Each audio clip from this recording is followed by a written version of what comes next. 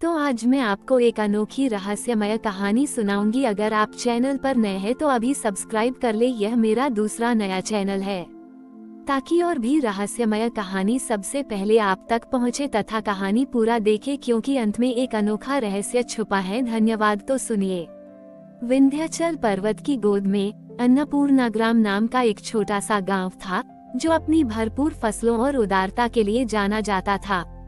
गांव के बीच में एक प्राचीन शिव मंदिर था जहां हर श्रावण मास में गांव के लोग शिव जी को पहला अन्न प्रसाद चढ़ाते थे। ये प्रसाद केवल भोजन नहीं था बल्कि गांव वालों की कृतज्ञता और आपसी बांटकर खाने की भावना का प्रतीक था, क्योंकि यह माना जाता था कि इस प्रसाद से पूरे वर्ष अन्न के भंडार भरे रहते हैं। परंतु पिछले कुछ दशकों से अन्नपूर्णा ग्राम के लोगों में लालच और जमाखोरी बढ़ गई थी। वे अपनी फसलों को केवल बेचने और धन कमाने पर ध्यान देते थे, दूसरों की जरूरतों की परवाह नहीं करते थे। उनमें बांटकर खाने और निस्वार्थ सेवा की भावना कम हो गई थी और हर कोई केवल अपने गोदाम भरने में लगा रहता था। वे भूल गए थे कि अन्न का सच्चा सुख बांटने में है। इस बदलती हुई मानसिकता का परिणाम ये हुआ कि गांव में अदृश्य सूखा पड़ने लगा था। फसलें तो होती थीं, पर उनमें पहले जैसी गुणवत्ता नहीं थी। लोगों के घर और में भोजन तो था, पर मन में शांति और संतोष नहीं था। गांव में एक अजीब सी निराशा और ईर्ष्या फैल गई थी। ग्रामीण चिंतित थे क्योंकि उन्हें पता था कि अन्न की इस अदृश्य कमी और मन की अशांति उनके अपने स्वार्थ और शिवजी की नाराजगी का संकेत है। गांव में वृद्धा कल्याणी नाम की एक साध्वी रहती थी। वो बहुत बूढ़ी थी और उसके पास न तो अपनी जमीन थी और न ही कोई परिवार। वो केवल शिवजी की भक्ति में लीन रहती थी और गांव वालों से जो थोड़ा बहुत मिल जाता था उसी से गुजारा करती थी। उसका मन शुद्ध था, पर वह गांव में फैली लालच और अशांति को देखकर बहुत दुखी रहती थी। उसे लगता था कि गांव ने अपना सच्चा अन्नपूर्णा स्वरूप खो दिया है। श्रावण का महीना आया। खेतों में फसलें तो थीं, पर लोगों के चेहरों पर खुशी नहीं थी। मंदिर में पहला अन्न प्रसाद चढ़ाने का उत्साह फीका था, क्योंकि हर कोई अपने अन्न को बचाने में लगा था। एक शाम मंदिर में बैठे वृद्ध पुजारी ने, जो गांव की बदहाली और अन्न की कमी को देख रहे थे, कल्याणी को अपने पास बुलाया। पुजारी ने शांत स्वर में कहा, कल्याणी, अन्नपूर्णा ग्राम में अन्न की कमी नहीं है, कमी है तो हृदय के दान की। यह इसलिए बढ़ रही है क्योंकि हम अपने भीतर का लालच और जमाखोरी का अंकुर बढ़ा रहे हैं। शिवजी को केवल भारी अनाज नहीं बल्कि त्याग और प्रेम के अन्न से प्रसन्न किया जाता है। गांव में फिर से समृद्धि तभी आएगी जब हम अपने भीतर स्वार्थ के ढेर को हटाकर निस्वार्थ बांटकर खाने का प्रसाद बनाएंगे। पुजारी ने कल्याणी को एक चुनौती दी। इस श्रावण में तुम्हें शिवजी के लिए एक ऐसा अन्न प्रसाद बनाना होगा जिसमें तुम्हारे हृदय का सच्चा त्याग हो। तुम्हें ये प्रसाद स्वयं अपने परिश्रम से कमाना होगा, किसी से मांगना नहीं है। तुम्हें इसे बनाते समय अपने भीतर के निराशा, स्वार्थ और अभाव के भय को मिटाकर शुद्ध प्रेम की भावना से काम करना होगा। ये तुम्हारा त्याग का अन्न तप होगा। याद रखना, जब तक तुम्हारे भीतर का अभिमान का दाना नहीं टूटेगा, तुम्हारे प्रसाद में सच्ची शक्ति नहीं आएगी। कल्याणी ने चुनौती सुनी। वो बहुत बूढ़ी और कमजोर थी। वो कैसे अपने लिए अनाज कमाती और फिर प्रसाद बनाती जब उसके पास कुछ भी नहीं था। पर पुजारी की आंखों में उसे एक अजीब सा विश्वास और गहनता दिखी।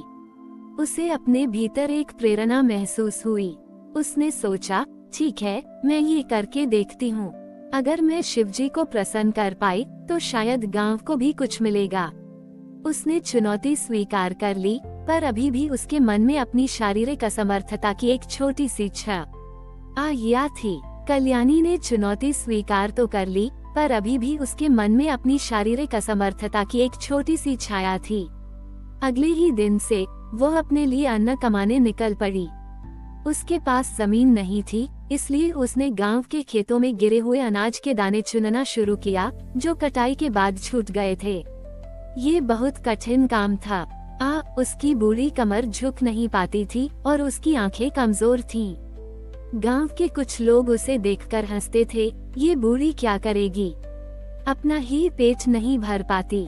उसे अपनी शारीरिक पीड़ा और गांव वालों के उपहास से निराशा होती, पर पुजारी के शब्द उसे याद आते, जब तक तुम्हारे भीतर का अभिमान का दाना नहीं टूटेगा, तुम्हारे प्रसाद में सच्ची शक्ति नहीं आएगी। धीरे धीरे जैसे जैसे कल्याणी हर दिन निस्वार्थ भाव से एक एक दाना चुनती गई, उसे केवल शारीरिक श्रम ही नहीं बल्कि एक आंतरिक बदलाव भी महसूस हुआ। हर दाने को उठाते हुए उसे लगा जैसे वह अपने मन के भीतर से अभाव का भय और दूसरों के प्रति ईर्ष्या को हटा रही हो। उसका ध्यान अब केवल अपने पेट भरने पर नहीं बल्कि प्रत्येक दाने के महत्व और प्रकृति के आशीर्वाद पर केंद्रित हो गया था। यह अन्न केवल भोजन नहीं था, यह उसके त्याग का कंठ बन रहा था, शिवजी को अर्पित एक तपस्या। वो अब किसी को कुछ साबित करने के लिए काम नहीं कर रही थी, बल्कि अपने भीतर की शांति और उस पुराने कृतज्ञता भाव को वापस लाने के लिए कर रही थी। श्रावण का अंतिम सप्ताह चल रहा था। कल्याणी ने बहुत कम अनाज इकट्ठा किया था, मुश्किल से एक मुट्ठी। गांव में अभी भी लालच और अशांति गहरी थी। कल्याणी लगभग थककर चूर हो चुकी थी। एक शाम जब वो मंदिर के पास बैठी थी, उसने देखा कि एक भूखा कुत्ता उसके पास आकर बैठ गया।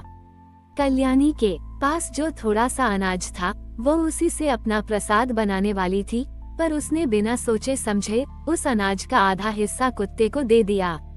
उस कुत्ते को खाते देखकर उसके हृदय में एक असीम शांति और प्रेम का अनुभव हुआ। उसे लगा जैसे शिवजी स्वयं उस कुत्ते के रूप में आए हों। उसने अपनी अंतिम शक्ति से बचे हुए अनाज को पीस कर एक छोटा सा नैवेद्य प्रसाद बनाया। श्रावण के अंतिम सोमवार की सुबह थी। कल्याणी ने अपना बनाया हुआ वह छोटा सा साधारण नैवेद्य लेकर मंदिर पहुंची। वह थक चुकी थी, पर उसके चेहरे पर एक अद्भुत शांति और संतोष था। उसने उस प्रसाद को शिवजी के चरणों में अर्पित किया। जैसे ही सुबह की पहली किरण उस छोटे से नैवेद्य पर पड़ी, एक अद्भुत चमत्कार हुआ। मंदिर में रखा वह छोटा सा साधारण नैवेद्य अचानक चमक उठा। उसमें से एक अलौकिक सुगंध निकलने लगी, जो पूरे मंदिर और गांव में फैल गई। और देखते ही देखते वह छोटा सा नैवेद्य बढ़ने लगा, बढ़ता ही गया, जब तक कि उसने पूरे गर्भगृह को भर नहीं दिया। हर दाना स्वर्ण जैसा चमक रहा था और उसमें से ऐसी ऊर्जा निकल रही थी जिसने पूरे गांव के वातावरण को पवित्र कर दिया। गांव वाले जो पूजा के लिए इकट्ठा हो रहे थे, उस अद्भुत दृश्य और अलौकिक सुगंध से हैरान रह गए। उन्होंने देखा कि कल्याणी का वह छोटा सा प्रसाद कैसे पूरे मंदिर में फैल गया था। वे दौड़े दौड़े मंद छोटी हीरा के पास आए और अपनी आंखों से उस पर फैली दिव्य चमक को देखा। उनकी आंखों में आंसू थे, पर इस बार पश्चाताप और कृतज्ञता के आंसू थे। उन्हें अपनी लालच और कल्याणी के प्रति अपने उपेक्षा भरे व्यवहार पर बहुत शर्मिंदगी महसूस हुई। उन्हें एहसास हुआ कि शिवजी ने उन्हें केवल अन्न ही नहीं दिया था, बल्कि निस्वार्थ त्याग, विनम्रता और आपसी प्रेम का महत्व भी सिखाया था। कल्याणी जो कभी अभाव में थी, अब अन्नपूर्णा ग्राम के लिए एक प्रेरणा और सच्ची साध्वी बन गई। उसने गांव वालों को सिखाया कि सच्चा धन गोदामों में नहीं, बल्कि हृदय के दान, कृतज्ञता और प्रत्येक कार्य में निस्वार्थ प्रेम में निहित है। अन्नपूर्णा ग्राम अब एक बार फिर अपनी भरपूर फसलों और आपसी प्रेम के लिए जाना जाने लगा, क्योंकि वहां अब त्याग और उदारता का निरंतर प्रवाह था। श्रावण का वह महीना और कल्याणी का वह त्याग का अन्न तप अन्नपूर्णा ग्राम के लिए एक शाश्वत कहानी बन गई, जो ये सिखाती है कि सच्ची समृद्धि तभी आती है जब हम अपने लालच को त्याग कर विनम्रता से और न छोटी ही स्वार्थ प्रेम से बांटकर खाते हैं, और यही शिवजी का सच्चा आशीर्वाद है। हमारी और भी आध्यात्मिक एवं अनोखी कहानियाँ देखने के लिए हमारे चैनल पर जाएं तथा धार्मिक एवं पौराणिक अनोखी कहानियाँ हमारे चैनल पर है। कृपया जाके देखें तथा हमारे चैनल को सब्सक्राइब करके रखें और वीडियो लाइक जरूर करें। धन्यवाद।